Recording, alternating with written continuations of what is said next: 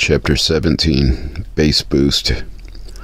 When I logged into one of the hookup apps in 2019, I saw a familiar face. I sent a message to the Mexican transgender girl in the profile, asking her name. She replied with a name I knew she was going to tell me. I asked if she remembered me. I shared some of the details from our night together almost 20 years prior. Christy filled in the memory with her account of the rest of the evening. She was surprised to hear from me. The two of us caught up with each other for a few minutes. Christy then invited me to her house, a home she shared with her husband. Though I mostly chose to avoid group sex when the option presented, I agreed to participate in the three-way dynamic. The girl from my past sat in a chair at the foot of the bed. Earlier, Christy had tied her husband's arms to the bedpost as he was lying on his back. She had tied each of his legs to each of his respective arms. He was blindfolded and gagged. Both husband and wife were big into the party scene. Every once in a while, Christy and I untied the husband so he could join us as we did drugs. After Christy's husband did what she felt was enough crystal, she slapped him in the face a few times and reapplied the bindings. The night became morning. The next day went by with much of that same activity. The couple was thoroughly impressed with the quality of my crystal. My mind was on something else. I've been looking for someone to install the new head unit I bought for my car stereo last week. I need to start upgrading the audio system in my BMW. Every business I've tried so far won't touch the complicated electronics. Do either of you know a mechanic? Do either of you work on cars? The couple looked at each other. At the same time, they both answered, Dan. Dan, same as I, had a black BMW. He worked as a mechanic at a car dealership in Lansing, Michigan. Dan had upgraded the stereo in his own BMW. He liked the party as much as they did. Christy sent a text message. Moments later, he replied, "I'm off at 6. I'll be over by 6:30. That was my cue to take a break from the dungeon-like scene and take a shower. I was sitting in a chair in the bedroom later that evening when Dan walked in. Dan and I were instant best friends. Our humor was the same, our taste in music was the same, our taste in cars was the same, our drug of choice was the same. We were the same age. We shared favorite movies and television shows, which we quoted back and forth between us the entire evening. Dan and I even finished a few of each other's sentences. I told Dan of my desire to upgrade my car audio system. We made plans to begin working the next week at Dan's place of employment once the dealership closed for the day. We agreed on a form of payment which made sense. Dan liked the party, and I could bring the party to him every day we worked on my car. I felt my phone vibrate in my pocket. I checked my messages. I gathered up my belongings, and I left Christy's house. I returned the missed phone call on my way to Downriver. "Yeah, I got you covered. I'll be there in an hour. Dude, Kevin, I think I found someone to help with my car stereo." The following afternoon, I left Kevin's house. I had to make a couple stops in Detroit. I was just 2 exits away from Kevin's place when my car began to overheat on the highway. I pulled off the interstate at the next exit and parked in a shopping center. My car was dripping coolant all over the pavement. I added coolant, and I immediately contacted my mechanic in Perrysburg. I warily drove down to Ohio to wait for my mechanic to show up at his shop. My mechanic showed up with his newly hired assistant. The assistant, Jose, was 28 and lived in Toledo. As my mechanic worked on another car at the shop, I rode with Jose in his pickup truck to run some errands. He had to pick up some parts from a dealership, he needed to stop and get money from a bank, and he needed to run a personal errand.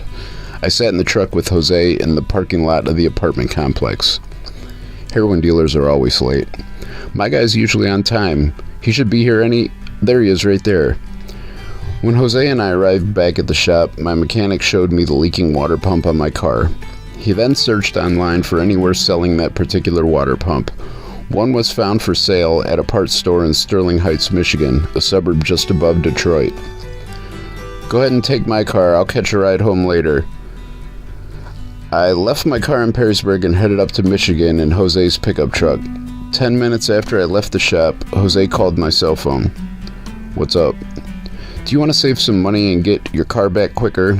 "How's that?" "Once you get the part, bring it back to the shop tonight. I'll meet you here and do it myself." "Sounds good to me." I stopped and picked up Kevin on my way to Sterling Heights. Kevin wanted me to swing by a check cashing store so he could get an advance on his paycheck. Kevin needed crystal. His friends had almost run him dry that day while I was in Ohio. I stopped so he could go inside and get a cash advance. He came back out and handed me a stack of money.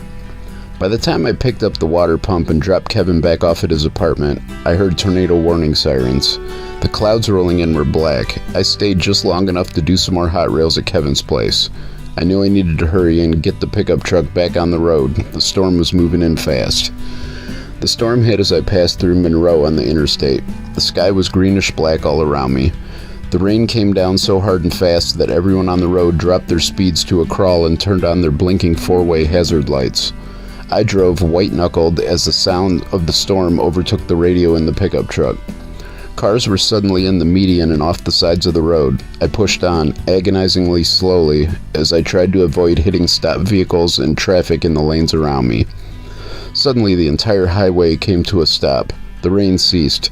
For a split second, the sky was eerily calm. It was black outside. The air was silent. All I could see were the flashing lights of other stopped vehicles around me. A moment later, the intensity of the wind and rain picked up. The black sky consumed all the lights from the other vehicles, and Jose's pickup truck began to shake. It felt like I was about to flip over. A black nightmare wall of sky passed across the highway in front of me from the right side to the left. The noise was deafening. As soon as the apex of violence in the air had passed, there was again a moment of stillness and silence. The silence was broken when hail began to fall with the rain. The sound of the ice hitting the metal and glass all around me was again deafening. Cars began to move. I barely saw those lights of the cars directly in front of me. I weaved in and out of traffic as I tried my hardest to maintain control against the wind, rain, and hail. Jose told me he would be waiting for me at the shop in Ohio. I maintained myself through a tornado.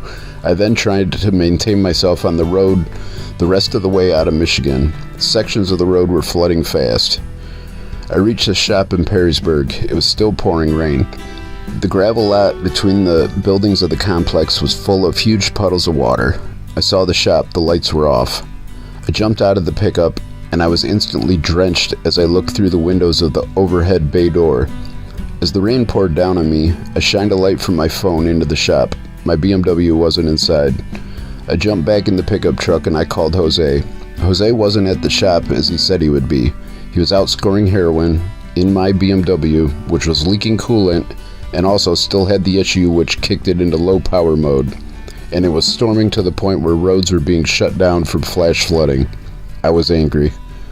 Jose pulled into the lot in my BMW. I yelled my displeasure as Jose unlocked the overhead door so he could drive the car inside. I walked inside behind my car and pushed the button to close the door. I handed Jose the box with the water pump. I used a few more choice words and told Jose to start working on my car. I sat on a folding chair in the bay next to the hydraulic lift where Jose had raised up my BMW. I'm sorry, man. It took longer than I thought to meet up with my guy. I was originally going to be home and waiting, but he didn't show up when he said he would. I just sat there, shaking my head as I watched Jose begin to work underneath the car. Just get the job done. That day, I had driven from Michigan to Ohio and back to Michigan and then back to Ohio. I'd sat in a pickup truck as I waited on a heroin dealer to bring Jose heroin. I had driven through hail, torrential rains, and flooding, and into a tornado, just to have to wait at a shop where I was told somebody would be waiting for me. I was angry. I then had to find out my car was being driven all over the place in my absence, risking more expensive and inconvenient damage. I had to listen to excuses from the person who kept me waiting. I had to listen to more excuses from the guy who risked damage to my car while driving it to get drugs in a severe storm while the car had immediate service issues. I was angry. Then, in the space between heartbeats, something happened which instantly made me forget all prior events that day. In the time it took to blink, I witnessed something I could never have predicted. What I saw shifted my brain and mindset to a place it had never been. In that moment, time stopped completely. I moved timelessly, as did all that was in my world around me. In that moment, existence itself froze. The visual of what happened came first. My eyes sprang wide as my mouth dropped open.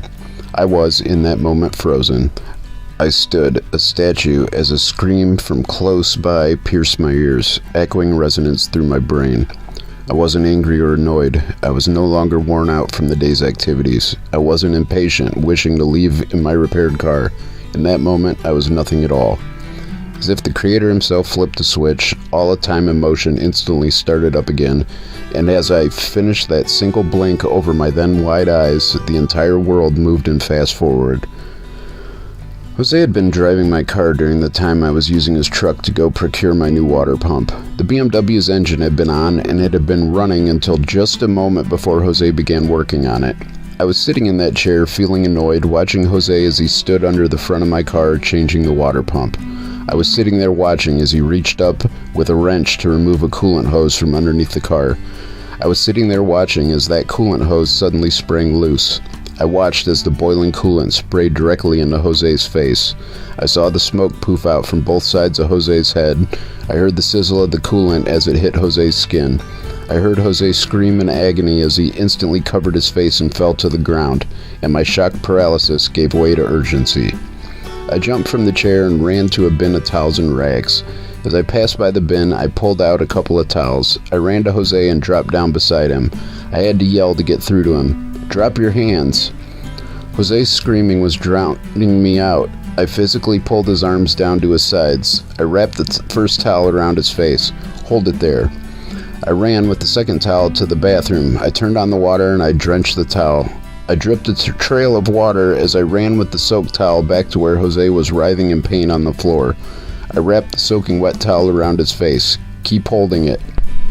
I scrambled and found a bucket. I filled up the bucket in the bathroom. Jose's screaming had degraded to moans and shrieks. I ran back to him with the bucket of water. "Keep the towels there. I'm going to pour this water on you." Time passed. Jose calmed down. I sat back down in the chair after I guided him to another chair, one which was pulled up next to mine. I shook my head in disbelief. "Dude, I'm still annoyed, but I'm not going to let you lose your face or go blind." "Thank you." Jose explained the process of changing the water pump. I used his tools to change the water pump myself. Jose's face was burnt, but his eyes had avoided the majority of the coolant. I found first aid cream and an emergency supply kit. Jose was able to help talk me through the repairs after I coated his face with the cream from the kit.